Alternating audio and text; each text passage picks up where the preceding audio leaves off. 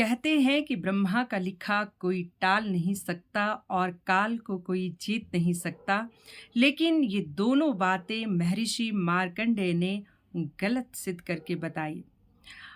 अष्ट चिरंजीवियों की श्रृंखला में आज मैं आपसे आठवें चिरंजीवी महर्षि मार्कंडेय की दिव्य कथा शेयर करने जा रही हूँ। और ये श्रृंखला अष्ट चिरंजीवियों की आखिरी श्रृंखला भी है। महर्षि मार्कंडेय वही महर्षि हैं जिन्होंने महामृत्युंजय मंत्र की रचना की थी।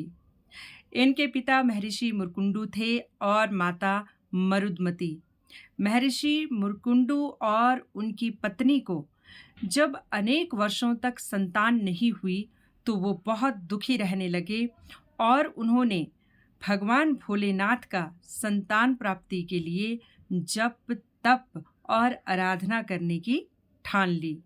अनेक वर्षों तक भगवान भोलेनाथ का जप तप करने के बाद जब भगवान शंकर उनके आगे प्रकट हुए और उन्हें संतान प्राप्ति के लिए दो विकल्प उनके आगे रखे। उन्होंने पहले विकल्प में कहा कि धार्मिक और अति ज्ञानवान पुत्र लेकिन कम आयु वाला, और दूसरा कम बुद्धि वाला लेकिन लंबी आयु वाला पुत्र। ये दोनों विकल्प जब महर्षि मुरकुंडू और उनकी पत्नी के आगे आए तो उन्होंने अपने विवेक से काम लिया और उन्होंने भले ही कम आयु वाले लेकिन अति ज्ञानवान पुत्र का विकल्प चुना। इस तरह महर्षि मार्कंडेय महर्षि मुरकुंडू और उनकी पत्नी के घर में संतान बनकर आए। महर्षि मुरकुंडू ने मार्कंडेय को बाल्यकाल से ही वेद धर्म शास्त्रों की विद्या दी, क्योंकि भगवान भोलेनाथ के वरदान से महर्षि मार्कंडेय अति ज्ञानवान थे, तो वो बाल्यकाल में ही वेद धर्म शास्त्रों में पारंगत हो गए। लेकिन जब 16 वर्ष को होने आए तो महर्षि मुरकुंडू और उनकी पत्नी उदास रहने लगे, क्योंकि भगवान भोले शंकर का वरदान उनके सिर के ऊपर खतरे की तरह मंडरा रहा था। उन्हें मालूम था उनका पुत्र अल्पायु है और कुछ ही समय उनके पुत्र के अवशेष हैं। अपने माता पिता को दिन रात दुखी देखकर महर्षि मार्कंडेय ने बार बार उनसे पूछा कि वो दुखी क्यों हैं। उनके दुखी होने का कारण बताना चाहा, लेकिन माता पिता उन्हें टालते रहे। लेकिन हठ करके एक दिन महर्षि मार्कंडेय ने अपने माता पिता के मुंह से सत्य बात निकलवा ही दी।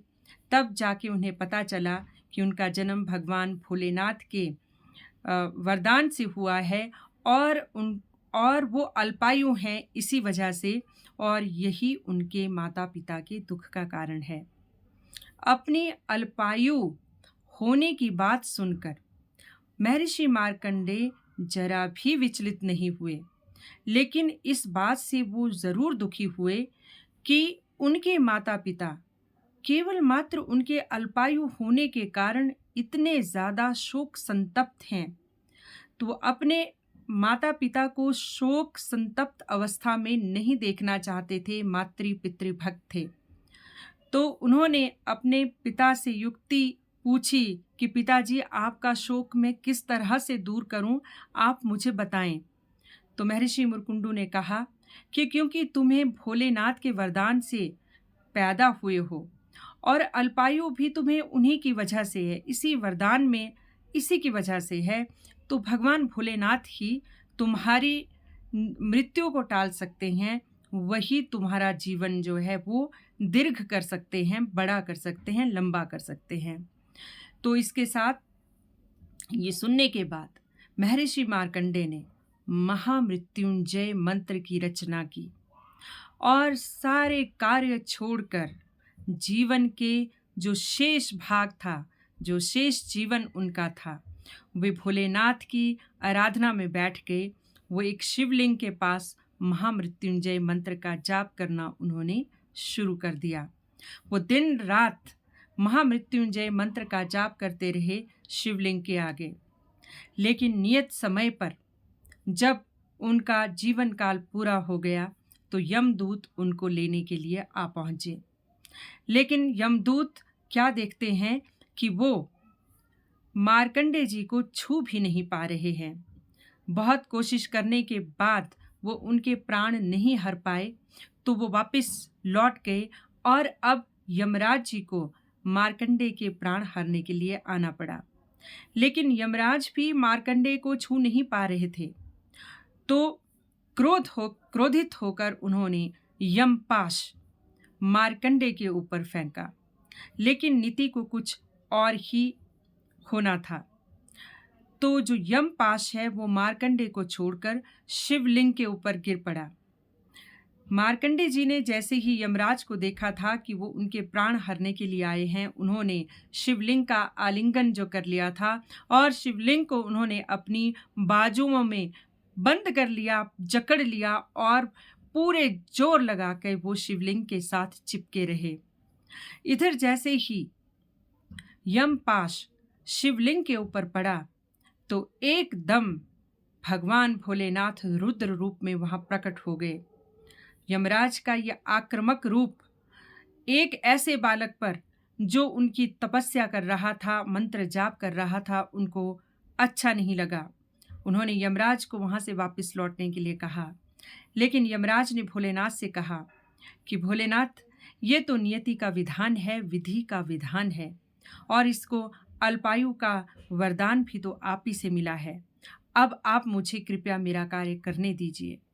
लेकिन भोलेनाथ ने यमराज की नहीं सुनी और महर्षि मार्कंडे को उन्होंने अजर अमर होने का वरदान दे दिया, और जिसके फलस्वरूप यमराज को वहां से उल्टे पांव वापस जाना पड़ा।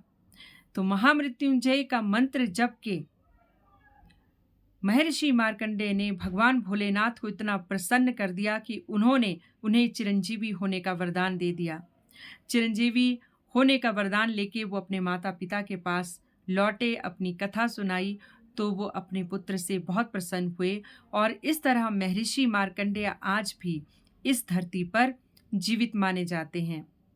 माना जाता है कि उत्तराखंड के नैनीताल में बलमधुरा के जंगल में महर्षि मार्कंडेय की जन्मस्थली है।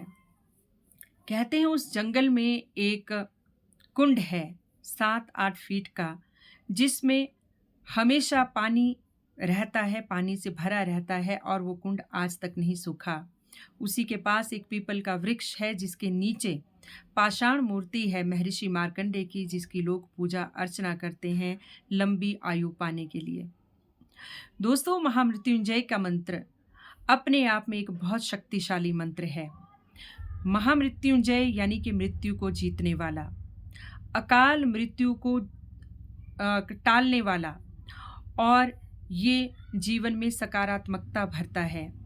यही नहीं, अगर कोई रोगी है, रुग्ण है, उसके पास महामृत्युंजय का जाप किया जाए तो वो भी स्वस्थ होने लगता है।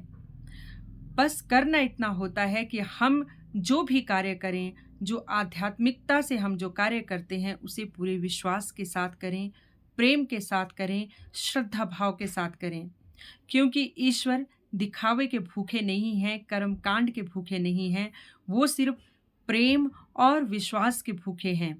और प्रेम और विश्वास से हम ईश्वर से किसी भी चीज़ को प्राप्त कर सकते हैं, किसी भी मनचाही वस्तु को प्राप्त कर सकते हैं, ईश्वर को भी प्राप्त कर सकते हैं।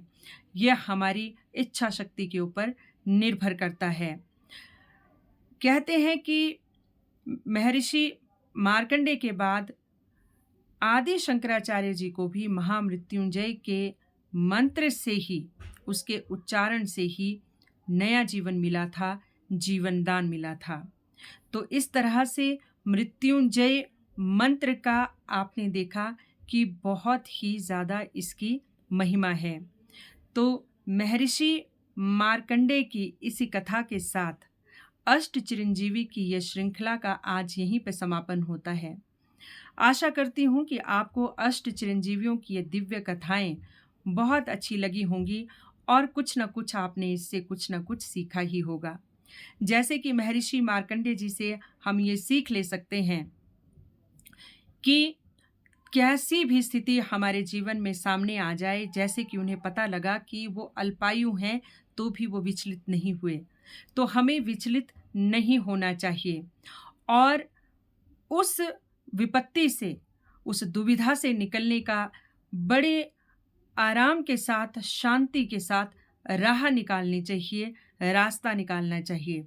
और जब हम अपने आप को, अपनी आत्मा को एकजुट करके उस राह पे चलते हैं जो हमें उस विपत्ति से बचाता है, तो ईश्वर भी किसी न किसी रूप में हमारा साथ देने के लिए अवश्य आते हैं।